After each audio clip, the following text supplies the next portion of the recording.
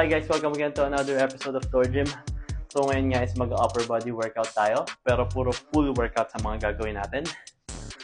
So first workout na gagawin natin is magpo-pull-ups tayo at magdadagdag nga tayo ng extra weight. So additional 30 pounds tayo ngayon.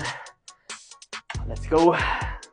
So yun na nga yung first workout na ginawa natin. So magpo-pull-ups nga tayo dyan. At ginawa nga natin yan for 8 reps and 4 sets. After nating mag-pull up, nag-barbell rows naman tayo. So ginawa naman natin yan for 10 reps and 3 sets.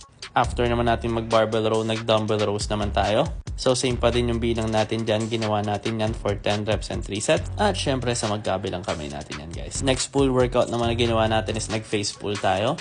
So ginawa din natin yan for 10 reps and 3 sets. So para yan dun sa back part ng shoulder nga natin. And for our last workout, nag-barbell curls nga tayo dyan. At ginawa din natin yan for 10 reps and 3 sets. Okay guys. So yun na nga yung mga workout natin for today.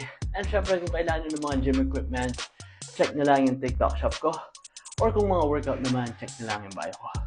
Follow for more workout. Bye-bye!